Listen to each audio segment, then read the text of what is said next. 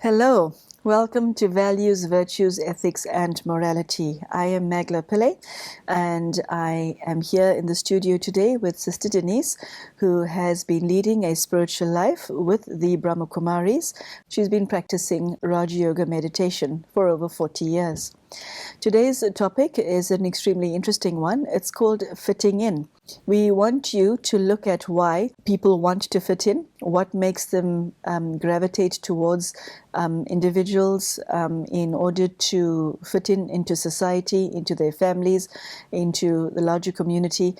We ask you to look at whether what you are on the inside matches what you are on the outside. So, Sister Denise, a very, very warm welcome to today's show. Thank you, Mangela. And thank you very much for joining us. Fitting in. We see animals and humans getting together in groups, socializing with the intent and with the need to fit in. Okay, is it because we're primarily social animals, and I use the word animals in the broad context, that causes us to do this? Yeah, I think that there is that component. There are some animals that are real loners, and there are people who are like that too. And like of course, polar bears. Polar bears, lions, there are those. And there are people who, there is this set of stories called fables.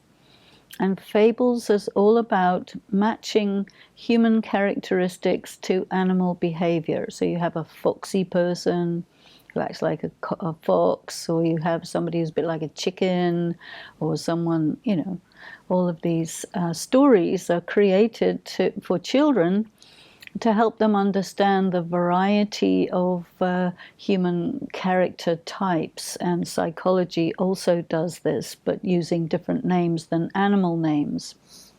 Now, fitting in, can be positive, but in a lot of cases it's negative. And I think it's interesting for us to explore that, what's negative about it and why it's negative. And how does it have a negative impact on a person? So, Sister Denise, in order to fit in, people tend to have to mold themselves towards others. Why are we willing to sacrifice a piece of ourselves to do so, to fit in? What is it about fitting in that is more important than being the real you? Well, there's this whole context of society, socialization, and so on. There are expressions. People will say, look, you're not playing the game. If you don't play the game, you're not going to be accepted. You're not going to get the rewards of playing the game. And so this expression is used to oblige people to fit in.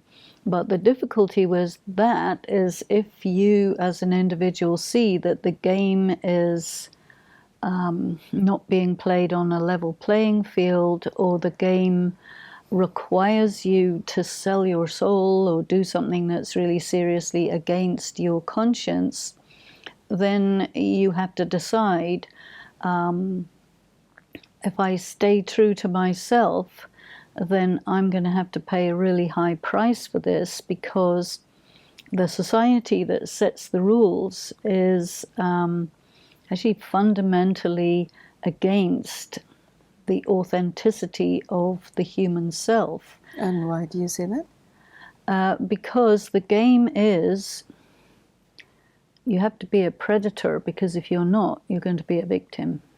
That's the game. There aren't many people who see it in such dramatic and graphic terms. Well, then you have to take a look at it and see, okay, if I fit in, if I go along with, then in order for me to be successful in the game, somebody has to lose. The game is about winners and losers. Nowadays, people talk about win-win situation. And there, I think it's very healthy, very positive, where you are doing something that is good for you, which is also good for other people. But this is a sort of a new thing, which has grown out of sensitivity to human rights and so on. But the conventional game, which is part of the conventional world that we grow up in, is, you know, if you're not going to be a winner, then you're a loser, and we don't like losers, so you better be a winner, even if it costs you your soul. So there is the harshness of the message that many people receive as they grow up.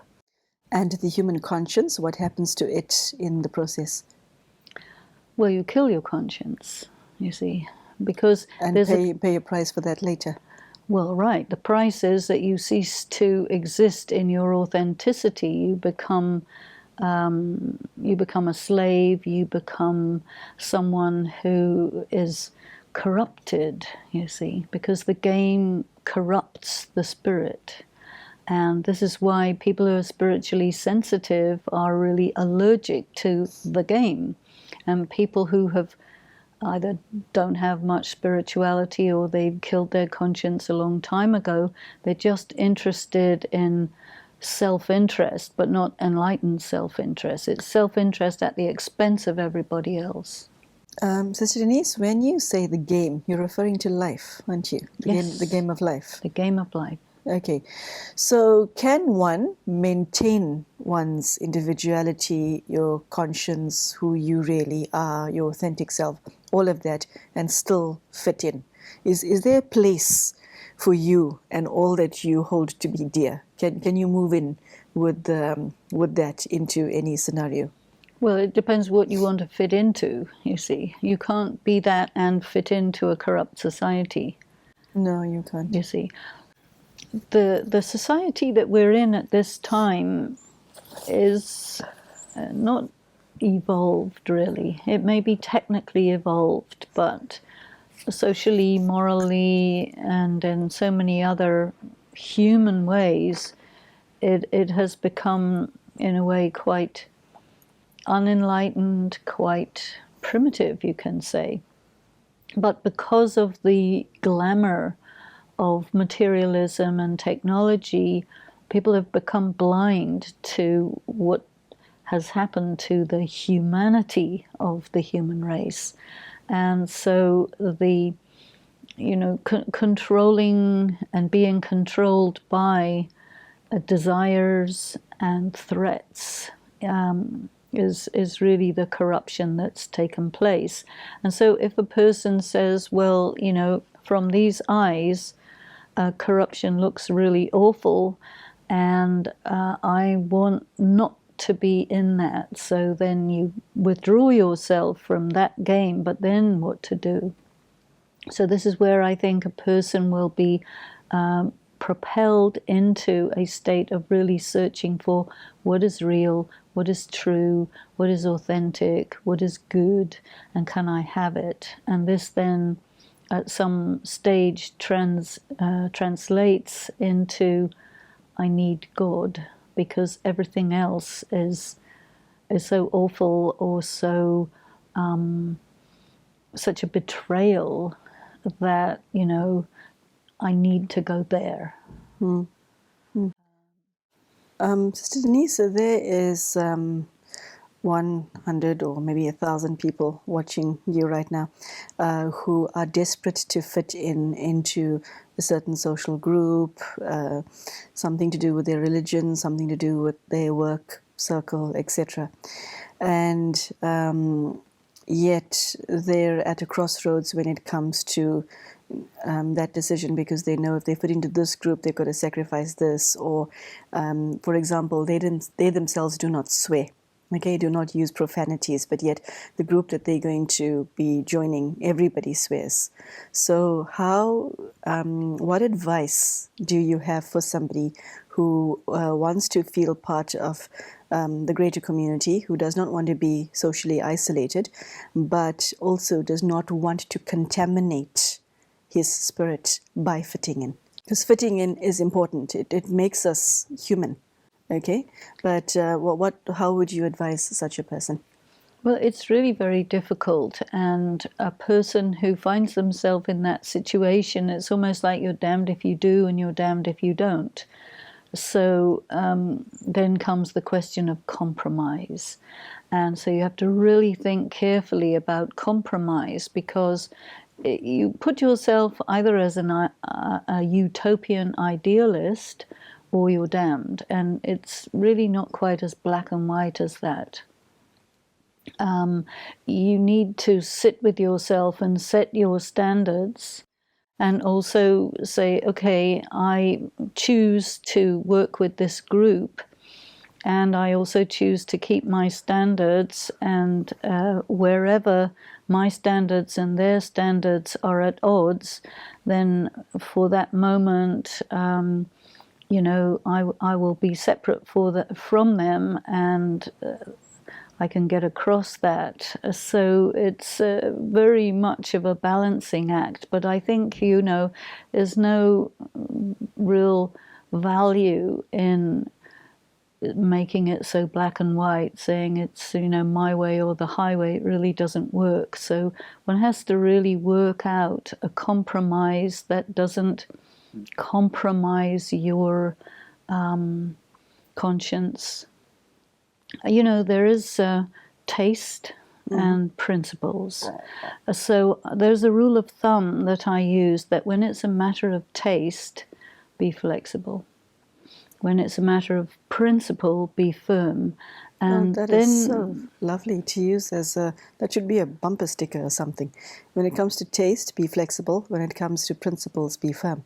what Nice. that does is it allows you to have a sort of credit with other people. So, you know, someone wants to do something that you think is awful taste, but okay, do it. But if they want to, you know, break a principle, no. So that means that they don't see you as totally rigid because you're flexible about taste. And this gives you a sort of credit with them in the relationship, that they will honor your fixedness about principle because you are lenient around matters of taste. And that seems to work quite well as a compromise. Yes, Denise, you know, I've seen individuals who are vegetarian, non-smokers, non-drinkers, who socialize quite freely and happily with non-vegetarian drinkers and smokers, and both are happy in each other's company, yet nobody crosses a line. Yeah? So fitting in means social thing. It doesn't mean that you've got to give up who you are, does it? Right, exactly. And I mean, if you say, you know, I'm not going to be fanatical, but this is my principles, I establish that with other people, they accept. Because if you're willing to socialize with people regardless of their differing habits, then it means they feel okay about you, because you're not judging them and condemning them and making them feel bad, because, you know, they know that eating flesh, drinking, smoking, etc. is bad for you, because it's well advertised, you know. And they also know that they're choosing to do this. And if you are withholding any kind of, you know, judgmentalism about that, then it's all right. Very interesting. Okay, so in a situation where you find that that your inability to fit in is causing you to become isolated, and that isolation is a source of sorrow for you, what is it that you've got to shift for in order for that to change? You have to take some time to work out the whole question of compromise.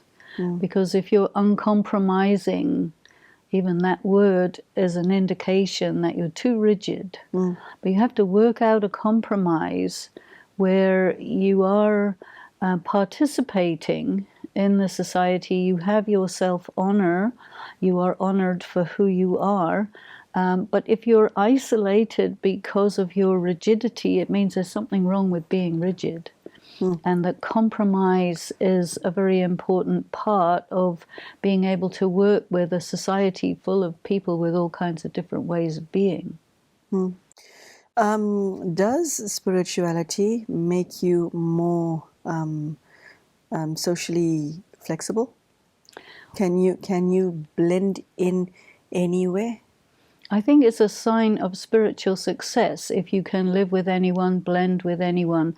I think if you're rigid, you might think you're very spiritual, but spirituality and rigidity are really opposite of each other. But sometimes people don't see it, and then spirituality becomes fanaticism, which is indicated by the rigidity, and then you are uncompromising and it's self-defeating. Yeah, I think that there are many people who don't realize it because if you look at how the world sees spiritual people, it's like disciplinarians and who follow a very strict lifestyle and the whole list of do's and don'ts and why on earth would we want to be like them, kind of thing. And you're saying that's not that? No. That is fanaticism. That's different. Okay, yeah. Not many people see it that way, the way you just described. That's why we need to define it and describe it. Spirituality is very subtle, and it's like a fragrance. You can't put walls around a fragrance. It doesn't work. So Denise, tell us about fitting in and conforming. Because synonyms comes to mind when it comes to fitting in, which is adaptation, conforming, blending, becoming part of the crowd.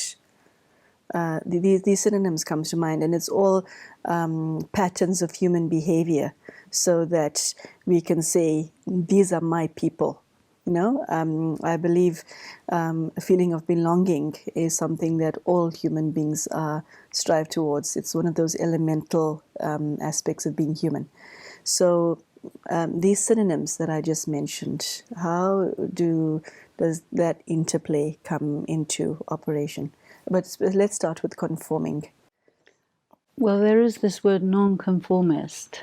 Okay. And okay, give us a definition of that, please. Well, a nonconformist is a person who really gives importance to their own identity, their own speciality, and they are unwilling to conform, which means they have to give up things that are really important to themselves about the fact that they are fundamentally different from the majority of other people. And what also I think is important, we cannot buy into the idea that everyone is the same or everyone should be the same. There are belief systems which like to sort of categorize people as almost clones of each other, but there's something about the idea of a clone which dehumanizes. Okay, so the fact that if one comes to the Brahma Kumaris and almost every female looks like you, and I mean this downwards, not this upwards, it doesn't mean that you have become like them. So there's no carbon copies of each other. Everyone's still individuals. So within the system, there's still individuality. There's an interesting compromise here because if you are so different from everybody else that someone else cannot come and play a role that you have been playing, then you are really, like too far different. Each Brahma Kumar and Kumari meditates their own way. Interprets the knowledge their own way. But there's enough that is very similar that, if, for example, I have to give a lecture and I'm called away or I get sick or something like that, someone else can come and step into that position and perform that role and the people will not be disappointed. They will get their money's worth, as it were. So we try not to be so different from each other that you cannot be replaced by somebody else. So it's a kind of, you are working with the same knowledge, you're working with the same aspects of spirituality. Everyone will have a different take on it, but one can. Otherwise, you're in a very, very difficult situation, because if you want to communicate the spiritual knowledge of Raj Yoga, the meditation practice, and so on, there's lots and lots of people. And if you're the only one who will do it and can do it, you're going to be in a very unnatural situation, and there's going to be more personality cult. So in the name of not having personality cult, we have like a lot of people who are really good yogis, not just only one. We have a lot of people on a lot of different levels, so that there is this kind of replaceability. And at the same time, deep down, everyone is highly individual. And so you can appreciate the individuality of a person without at the same time that person being so far out on a limb that they're disconnected from the whole. So it's, again, there's a compromise coming in here. When one looks at fitting in, one, as with everything, we, this is popular expression now in the world, whoever enters into any relationship, they bring with it their own baggage. Okay? And obviously everyone's baggage is different. Okay? So to what extent does one's dark side and your negativity compel you? Does it ensure that you want to fit in with the wrong type of people? Well, it could, or it means that you have to kind of pretend to be something while you're sorting out your dark side until what the facade that you're making becomes something real. So there's an expression that is used in the addiction recovery program, which is fake it till you make it, and which is quite healthy. If you just fake and never make it, then that becomes really, really wrong, because what you are inside and outside is so opposite that you're just not real, you see. So dealing with one's dark side, usually one does it kind of privately, and you want to construct a character, a combination of virtues, rather like a person cultivating a garden. That's the analogy that's often used. And of course you have to keep on taking out your weeds and whatever. So you may experience a lot of difficulties because of your dark side. And you may have to manage different conflicting feelings whilst you're in the process of sorting this out. And if you have your strength and your enough space to do it, then that can be very good. Okay. So Denise, what is it within human beings that in order to fit in, we almost so ready to throw away our own value system? Why, on a level of personal importance, is the need to fit in higher than the need for our own value system? It's one of the first things to go out the window. That's when a person doesn't have self-respect. Okay. Other people will point the finger at various things that's not okay about you, and then you will take it very badly. And together with taking it badly, you'll throw away your own value system in order to conform to all of these statements that are being told to you. If you have your self-respect, you will be in a much better position to say to the other, yeah, I'm working on that character defect. I know about it. Thanks for letting me know, but I don't really need to be told because I know. So, get off my back kind of thing. A person without self-respect will not be able to defend themselves in the face of that. And this inability to protect themselves will trigger this abdication of loyalty to the self, and that's very unhealthy. But it's the abdication of loyalty to the self. Nice. But it's a very great tragedy because the loss of self-respect or lack of self-respect enables you to be victimized very easily, and a person can victimize you without even realizing how much damage, because they do the same behavior to somebody with self-respect, they don't victimize them. But if they can't detect, or they're not sensitive, or they're not compassionate, they will start being very abusive without realizing it. Yeah.